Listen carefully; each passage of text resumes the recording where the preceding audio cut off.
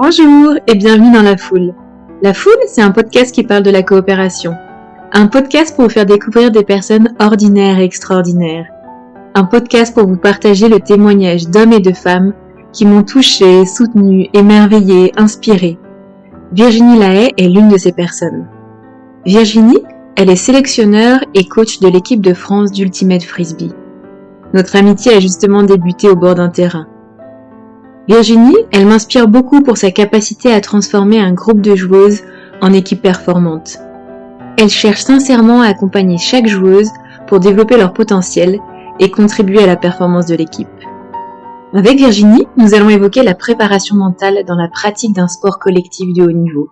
Comment booster le mental d'un sportif, comment favoriser sa confiance en soi et sa confiance aux autres, comment performer individuellement et collectivement. Comment embarquer tous les membres de l'équipe dans l'atteinte d'un objectif. Allez, je ne vous en dis pas plus. Top départ et bonne écoute. Disc check. Bonjour Virginie. Bonjour Laura. Je suis ravie de t'avoir avec moi aujourd'hui. On va parler de confiance et de motivation au sein d'une équipe de sport et aussi de l'apport de la préparation mentale. Oui. Mais avant de débuter, de te poser quelques questions, peux-tu te présenter ? Alors moi c'est Virginie Lahaye, je travaille au Paris Saint-Germain en tant que documentaliste. À côté, j'entraînais au sein de mon club d'Ultimate Frisbee et également au sein de l'équipe de France féminine depuis un an, ce cycle-là, pour les championnats d'Europe l'année prochaine et les championnats du monde l'année suivante. Alors là, j'entends tout de suite, mais c'est quoi l'Ultimate Frisbee ? Alors, est-ce que tu as une rapide définition, présentation de ce sport ? Alors, c'est un sport collectif qui joue à 7 contre 7 sur un terrain de football, on va dire à peu près. Et l'objectif, c'est d'atteindre une zone non but et d'attraper le frisbee dans cette zone pour marquer des points. C'est un sport qui peut être mixte, féminin ou masculin, en auto-arbitrage. Donc, en règle générale, il n'y a pas d'arbitre sur un terrain. Le but, c'est de connaître les règles et de s'auto-arbitrer et d'accepter de faire des fautes et de subir des fautes. Et en France, ça fait, je dirais, une trentaine d'années que le sport se développe. Ok, super. Comment tu avais découvert l'Ultimate Frisbee ? Eh bien, c'est un copain de Nancy qui a créé le club à Nancy. Et on était une petite bande de potes et on s'est mis à le suivre. Et donc on a commencé dans un parc. Ce copain faisait du rugby, donc il y avait plein de rugbyman, donc complètement l'opposé de l'Ultimate Frisbee puisqu'il n'y a pas de contact. Et moi je venais du hand, donc on était quelques handballeurs, quelques rugbyman, et voilà, grâce à ce copain qui nous a un peu réunis autour de l'Ultimate parce qu'il pouvait plus faire de rugby, donc il a décidé de changer, s'est dit allez hop, je crée un club, parce que lui on avait fait en fait au collège, et c'est parti de là. Qu'est-ce qui t'a plu dans la pratique de l'Ultimate Frisbee ? Le côté vivre en groupe, mais pendant les compétitions. Moi je faisais du hand, donc on en parlait tout à l'heure, j'allais à mon match le samedi, si je jouais, si j'étais pas sur le banc, ou voilà, sur le banc des remplaçants. Et puis on rentrait chez soi, on avait un moment avec l'équipe, mais hop, on rentrait chez soi. Et là, l'Ultimate, ce qui est assez fou, quand on se déplace en compétition, on fait plusieurs matchs, c'est un peu particulier le format, ce qui fait on rencontre plusieurs adversaires dans un même week-end. Et souvent, on est dans les mêmes hôtels, on dort au même endroit, on peut se retrouver au même restaurant, où on va manger. Et finalement, rapidement, on n'est plus des coéquipiers et adversaires, on est des gens comme ça, des joueurs qui échangent autour de la même passion. Et je trouve ça assez fou comme sensation, émotion, parce que il y a très peu de sports où ça se passe comme ça, où les compétitions sont regroupées en fait, où les matchs sont regroupés.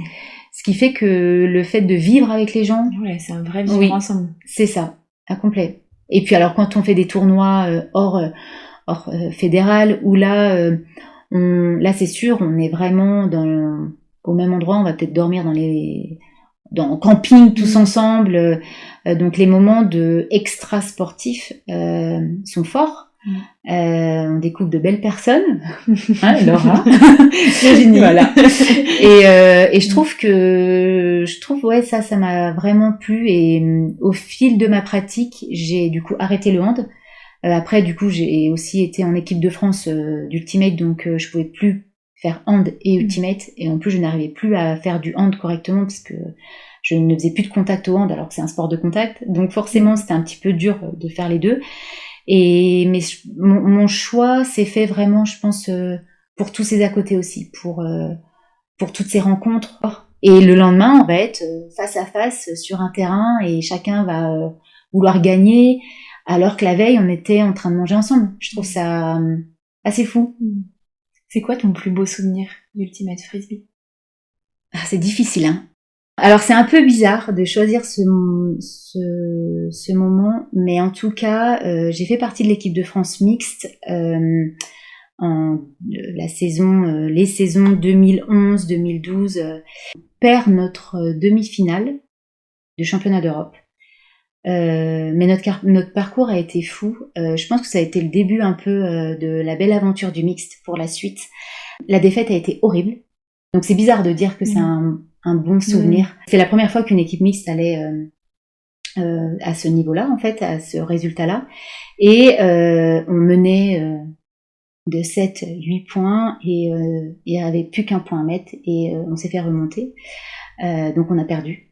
Mais après coup, je pense que ça a été un moment qui m'a tellement marqué, émotionnellement parlant, que je m'en suis fait une force en fait, je pense, derrière, pour rebondir. Alors derrière, on a fait la petite finale, on a perdu. Sur le moment, on n'a pas su. Mais en fait, je pense que ça a été un peu le déclencheur de se dire mais pourquoi c'est pas possible d'avoir perdu ce match-là. Et c'est ce qui m'a amené, je pense, sur le chemin de la préparation mentale. Bon, même si je m'y intéressais déjà à ce moment-là, mais j'étais joueuse, donc je le pratiquais très peu, je faisais pas grand-chose, je commençais seulement mes lectures, donc j'ai pas su comprendre le pourquoi. C'est un peu difficile même encore de comprendre pourquoi c'est arrivé.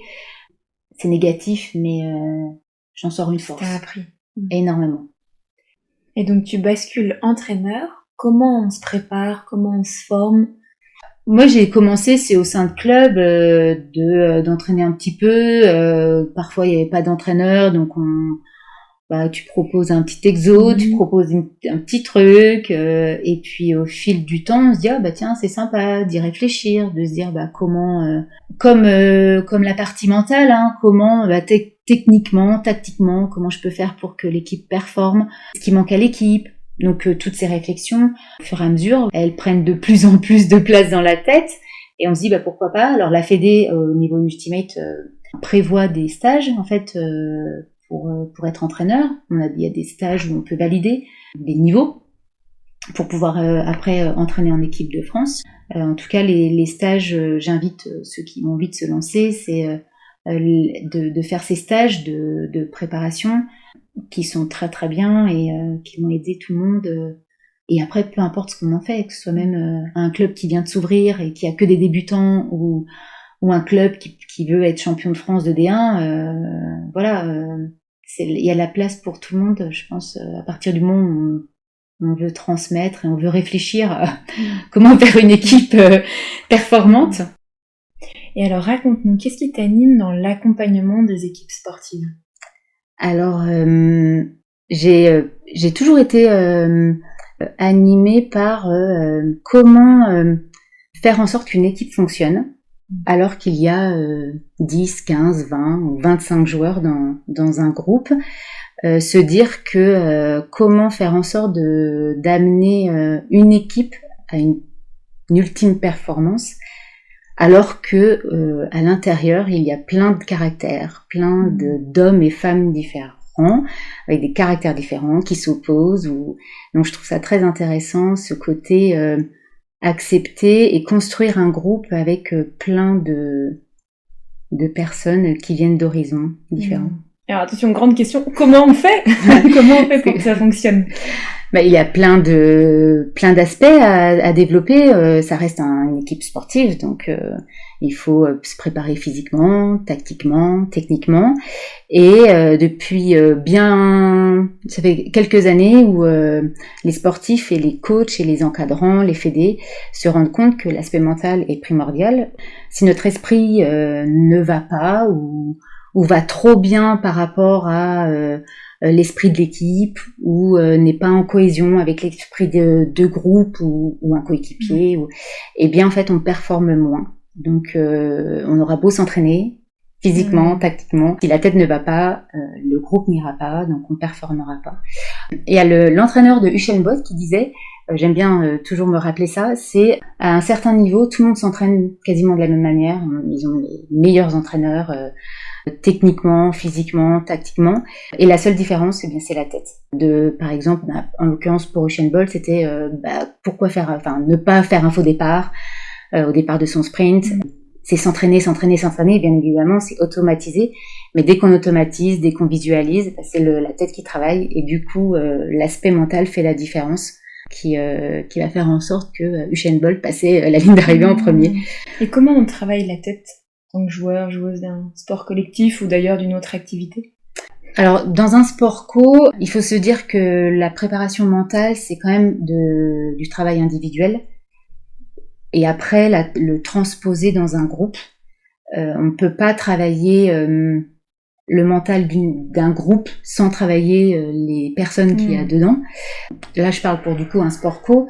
Donc, c'est important que chaque personne fasse ce travail-là pour rendre le groupe plus fort. Après, suivant les personnes, c'est pour ça que je parle d'individualisation, parce que chaque personne a des choses à travailler qui sont différentes les uns des autres.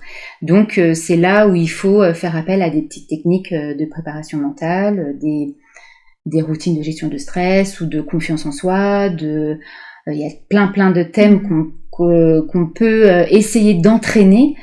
La préparation mentale, je vois ça comme tout ce qui peut passer de négatif dans sa tête, le transposer en positif, et en faire une force.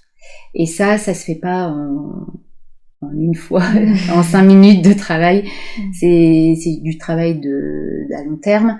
Il y a des choses qui vont vite, on voit tout de suite des progrès, mais il faut habituer son cerveau à travailler, faire un peu une introspection aussi sur soi-même. Ça peut faire peur de travailler sur soi, parce qu'on découvre un petit peu nos points faibles, mais qui peuvent être forts pour un groupe. Tu as des exemples à nous partager d'une préparation mentale qui a permis à un joueur ou une joueuse de désamorcer des freins ou des peurs ou des attitudes qui diminuaient sa performance? Souvent, il y a des personnes qui vont avoir du mal à, par exemple, techniquement, vont avoir un blocage sur un geste technique. Et elles vont se persuader qu'elles ne sont pas capables de le faire.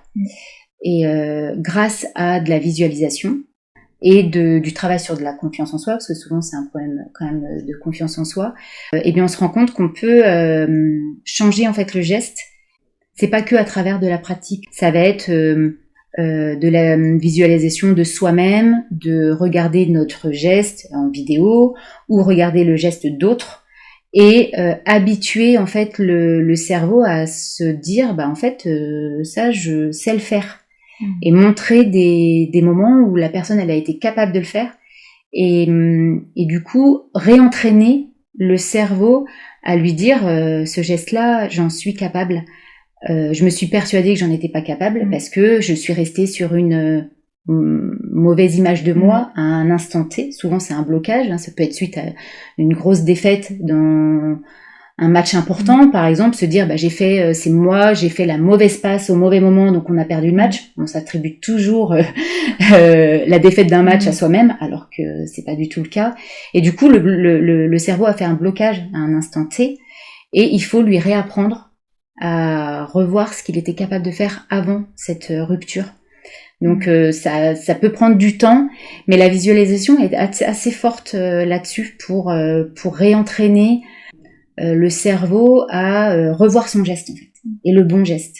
Et comment ça marche? Est-ce que c'est proche de la méditation? On ferme les yeux, on visualise une scène, une séquence? C'est proche, c'est exactement ça, c'est revoir Alors, en fait, le cerveau, ce qu'il faut se dire, c'est que il fonctionne d'une manière juste. Il va pas s'imaginer un mauvais geste quand on se dit je veux revivre des belles émotions ou j'ai fait une super passe. En fait, notre cerveau réimagine la bonne posture, le bon geste. Il va pas faire l'erreur, en fait.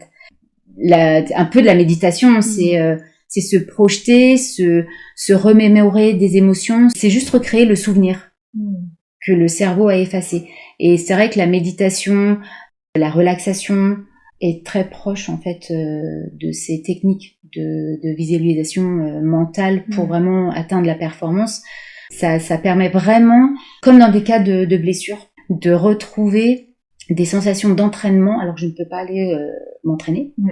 Ça permet de se reprojeter dans un entraînement auquel j'ai pu participer à un moment donné et de refaire les exercices. Et ça permet au cerveau de toujours travailler mentalement grâce à la visualisation. Et quand on retourne à l'entraînement, eh bien, le cerveau, il a l'impression qu'il ne s'est pas arrêté. Notre corps physiquement s'est arrêté, mais comme le cerveau ne s'est pas arrêté de travailler, eh bien, la rééducation sur le terrain va être beaucoup plus rapide. Ah, c'est fou ça. Oui. Complètement. Il y a eu des études de fous. C'est impressionnant entre un blessé qui ne s'entraîne plus du tout et qui ne fait pas de visualisation et un blessé qui en fait. C'est fou le retour sur le terrain. Alors la personne qui n'en a pas fait, elle va pouvoir revenir et reperformer, mais elle va mettre plus de temps en fait. C'est ça. Et donc toi, tu t'es formée pour être coach mental. À la base, je m'étais pas du tout formée. C'est au fil du temps, je lisais beaucoup des choses. Voilà, c'était. Je me suis formée l'année dernière, l'année en 2020, l'année Covid, parce que j'avais envie d'être un petit peu plus crédible, je pense, sur mes connaissances, de mettre des méthodologies aussi que je n'avais pas forcément. Avant ma formation, je suivais vraiment personne en tant que telle. Je pratiquais un petit peu comme ça dans les équipes que j'entraînais avec mes coachs parce que j'ai toujours aimé ça et voilà, j'étais un peu sensible à tous ces aspects. Et depuis la formation, je coach un joueur d'Ultimate et un trailer, donc qui n'a rien à voir avec le sport co. Je m'ouvre un petit peu. J'essaye de mettre en place ma formation, j'y vais petit à petit, je suis pas du tout, je tâtonne encore, je suis débutante dans la pratique, mais en tout cas, j'aime beaucoup ces temps d'échange, aider à construire le chemin de quelqu'un et de lui donner des petits tips pour performer, et je trouve ça très intéressant. Et donc toi, ça t'apprend quoi sur ta vie, ta personnalité, qui tu es? D'être accompagnatrice donc mentale et puis entraîneur. Je trouve que alors ça m'a appris énormément de choses. Ce qui a énormément compté pour moi et j'apprends encore là-dessus, c'est vraiment la manière de communiquer avec les gens. Je trouve qu'on communique très mal en règle générale et grâce à ça, j'arrive à travailler aussi sur moi, comment communiquer au sein de mon travail, dans ma famille, dans mon entourage, avec mes amis. Voilà, j'ai beaucoup travaillé avec un livre sur l'énéagramme, donc qui explique que les personnes ont plein de personnalités. Enfin, voilà, tout le monde n'a pas la même personnalité. Et du coup, se dire, moi, je suis de tel type de personnalité. La personne qui est en face de moi, elle est d'une autre personnalité. Comment je vais faire pour lui transmettre des choses pour que l'équipe, pour qu'elle performe sur un terrain. Se rendre compte, et ça on le sait tous, qu'on n'encaisse pas la même manière, les mêmes mots, les mêmes paroles, le même ton, hausser le ton, avoir un ton calme. Il y a des personnes, ils sont pas du tout sensibles, ça va pas les toucher, de leur hurler dessus. Des personnes, ça va les toucher, d'autres ça va les booster, d'autres ça va les affaiblir, d'autres ça va. Donc, et se dire, dans un collectif, quand il y a un temps mort, il faut parler à 15 personnes, 20 personnes, et ils ont peut-être 20 personnalités différentes. Donc je trouve que trouver une manière commune dans ces moments-là, savoir comment exprimer, et en parallèle se dire je vais aller voir un tel parce que je sais que mon discours pendant ce temps mort, par exemple, je vais pas l'avoir touché, mais c'est important que toutes les personnes soient touchées. Donc peut-être faire du travail aussi à côté en individuel, là-dessus, je pense que c'est la chose que j'ai appris et que j'apprends encore parce que c'est très compliqué et j'adore. Enfin, c'est vraiment tellement passionnant de se dire j'essaye de parler de telle manière pour transmettre. Et quand ça marche, c'est tellement bien. T'arrives toi maintenant à adapter ta prise de parole en fonction des personnes? Oui, et pourtant c'est du travail sur soi parce que j'y arrive pas tout le temps.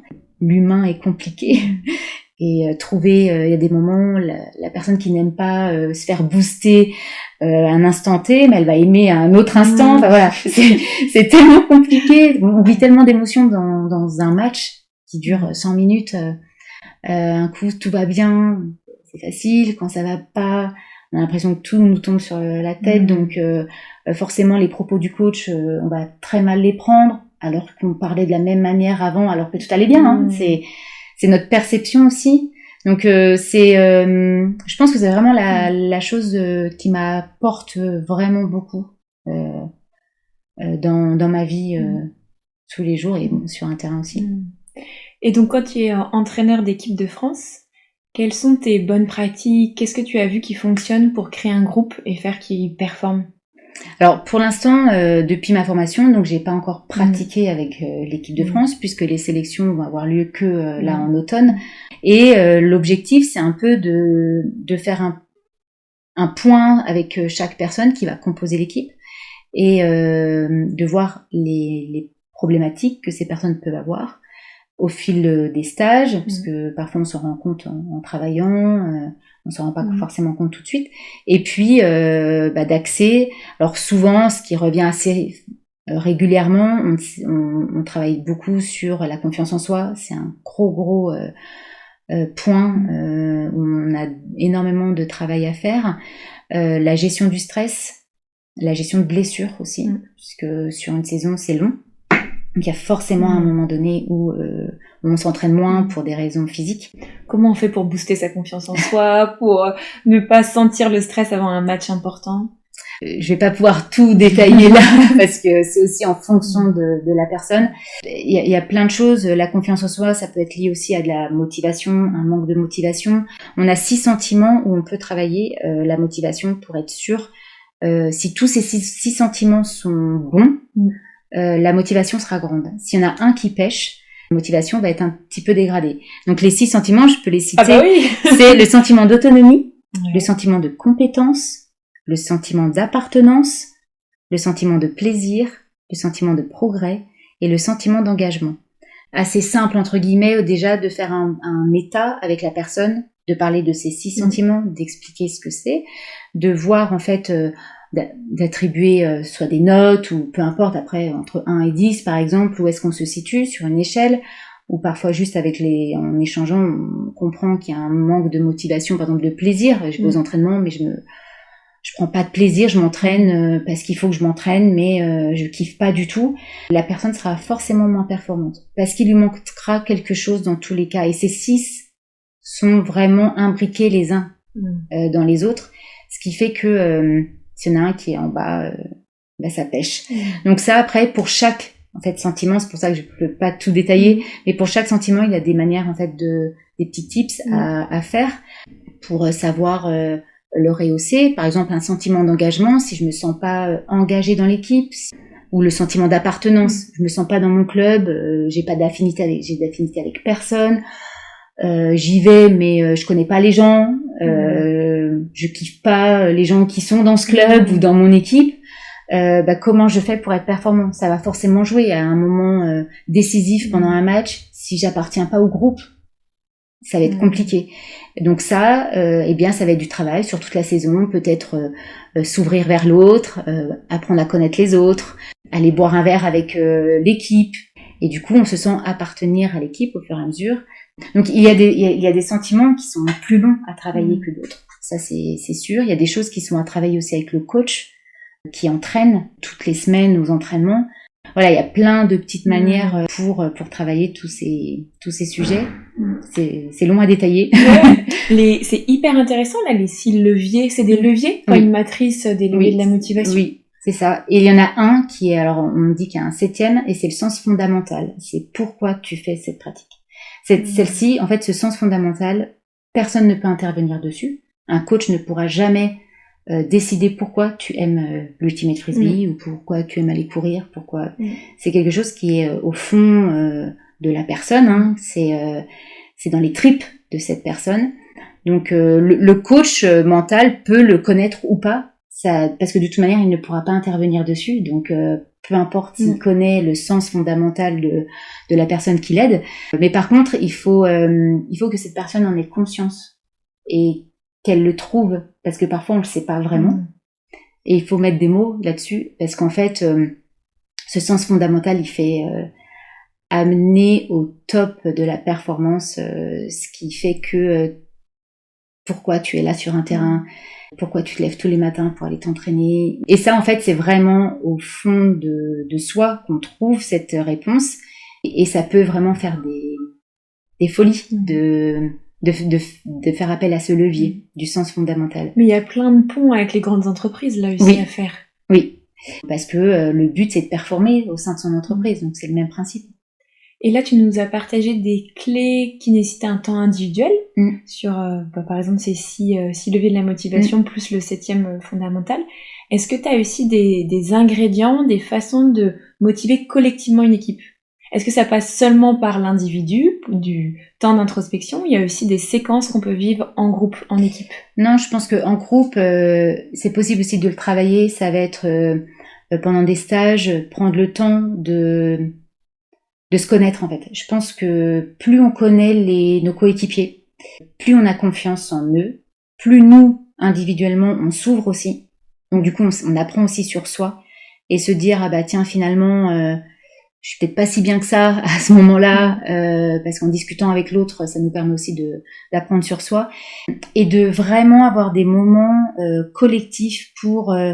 ça peut être du jeu, ça peut être... des balades dans une ville ou peu importe, mais avoir des souvenirs d'équipe où il y a du plaisir, de la joie, et ça peut être après transposable dans un moment difficile, se dire mais attends, la veille j'étais en communion pour jouer à tel jeu, pour bluffer l'autre et faire en sorte de gagner. Là je peux exactement faire la même chose en fait sur un terrain, me remettre en communion avec les autres pour porter l'équipe et la faire gagner.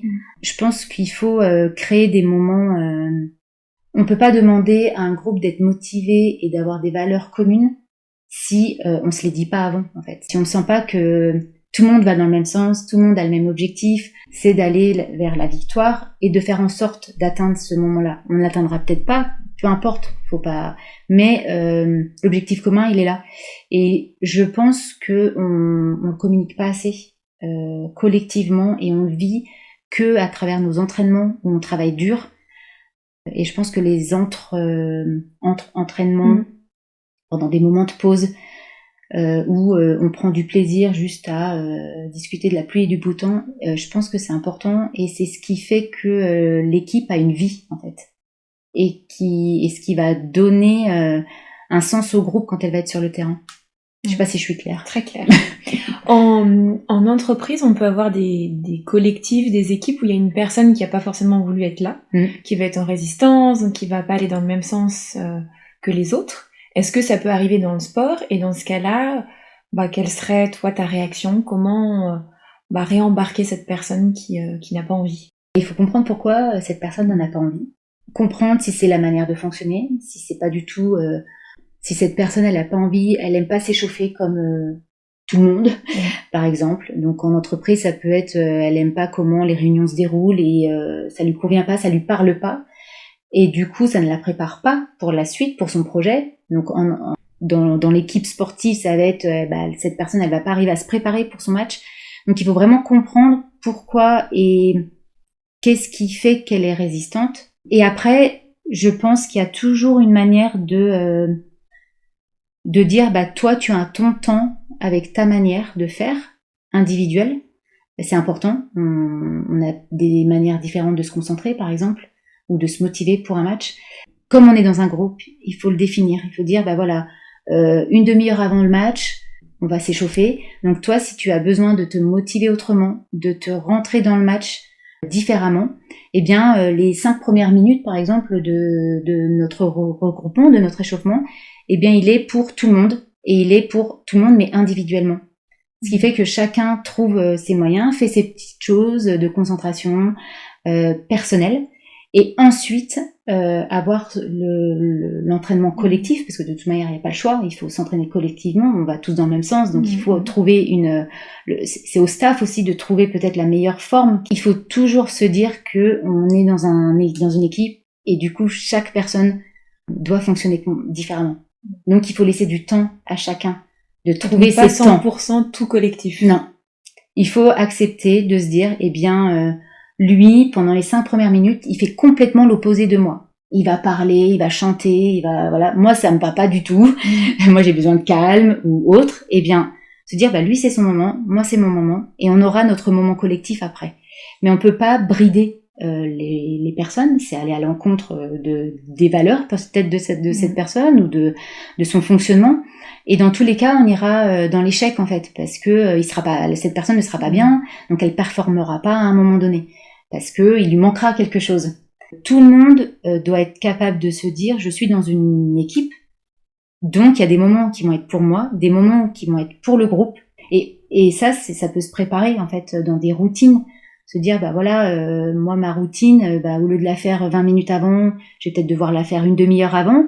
Et ça c'est de l'entraînement en préparation mentale à faire tout au long de sa saison. Tu nous parlais de confiance en soi. Et comment on fait pour avoir confiance dans les autres ? Ah, oui, dans une équipe, c'est important. C'est important. Oui.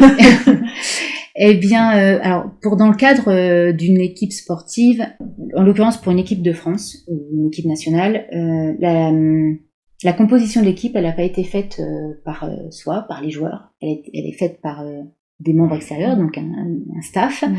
En tant que joueur, si ça ne nous convient pas, ça arrive, du coup, on va pas avoir confiance en certaines personnes parce qu'on estime qu'elles ne vont pas être là ou là, enfin, peu importe. Il faut se dire que le staff, il a pris une décision à un instant T. Il a composé son équipe avec les éléments qui lui semblaient cohérents et qui lui semblent cohérents. Il faut pas vouloir tout remanier. C'est pas le rôle du joueur. Il faut faire confiance du coup au coaching. Mais en tout cas, à l'instant T, l'équipe, elle est comme ça. Donc on peut plus intervenir dessus. Le staff, il a fait son travail. Donc ça, c'est un travail déjà de se dire l'équipe est faite de tels joueurs, telle joueuse, je m'en accommode, et maintenant il faut faire avec. Maintenant je dois performer avec cette équipe. Pour avoir confiance en l'autre, il faut la connaître. Déceler ses forces, déceler ses faiblesses, parce qu'on en a tous, se dire, je sais qu'elle fonctionne comme ça.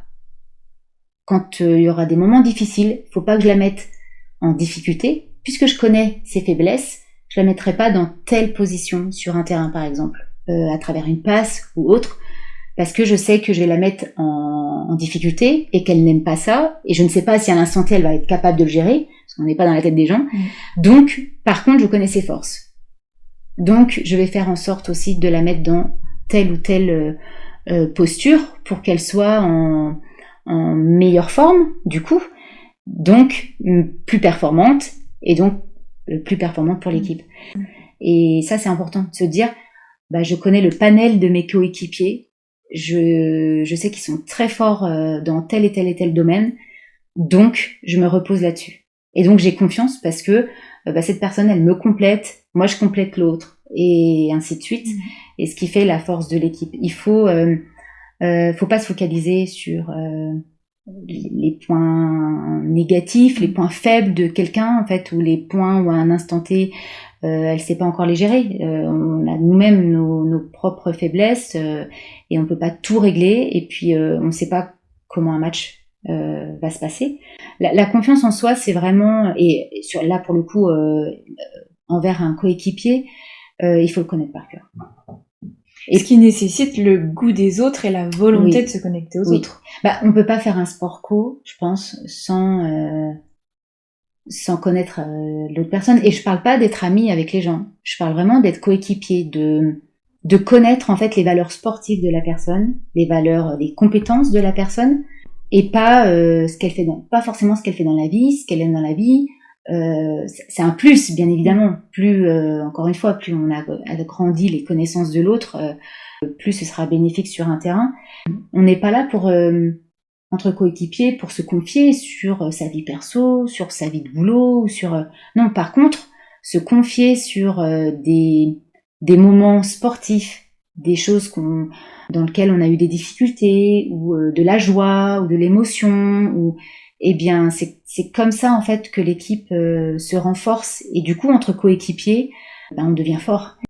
Est-ce qu'il y a des entraîneurs qui t'inspirent Eh bien, je viens du handball, comme je disais, et Claude Onesta a toujours été pour moi un entraîneur fou. Pas parce qu'il était fou, mais il savait manager des hommes. Je pense que c'est un manager d'hommes. En plus d'être entraîneur, il avait des tacticiens, des techniciens, il l'était aussi. Hein. Mais je trouve qu'il savait combiner en fait son équipe vraiment pour la performance. Il a remporté je ne sais combien de médailles, et ça, il n'y a pas de secret. Il a su mettre qui avec qui à tel moment, mettre sur le banc un joueur et le rentrer à un instant clé pour se dire c'est maintenant qu'il doit rentrer, et pas trop les 3 matchs d'avant. Tu ne joueras pas, tu rentreras maintenant. Enfin, je trouve que être capable de faire ça avec une équipe, c'est vraiment avoir confiance en soi. Je pense qu'il sait où il va, et il a confiance en groupe. Et du coup, les joueurs ont confiance en lui, et ça match du feu de Dieu, et ça fait briller, et ça a vraiment toujours été quelqu'un qui m'a inspirée quand j'ai plein de souvenirs où c'était devant ma télé, hein, pourtant je le connais pas, Claude Onesta, mais il m'a fait vraiment vibrer. C'est quelqu'un au-delà des joueurs, hein, mais je savais que lui étant derrière tout ça, il me bluffe. C'est ça. On arrive à la fin de cet épisode. Est-ce que tu aurais des lectures à nous partager pour se plonger dans cet univers du sport collectif? Eh bien, il y a donc le livre de Claude Onesta qui date un petit peu, qui s'appelle Le règne des affranchis. J'aime beaucoup aussi le livre de Phil Jackson, l'entraîneur de NBA, qui a gagné 11 titres de NBA. Donc ça s'appelle Les secrets du succès. C'est très inspirant sur une vie de coach, une vie d'équipe. C'est vraiment très très fort. La boxeuse Ronda Rousey avait fait un livre pour... moi je le vois plus sur la motivation suprême. Donc le titre c'est Pourquoi je me bats.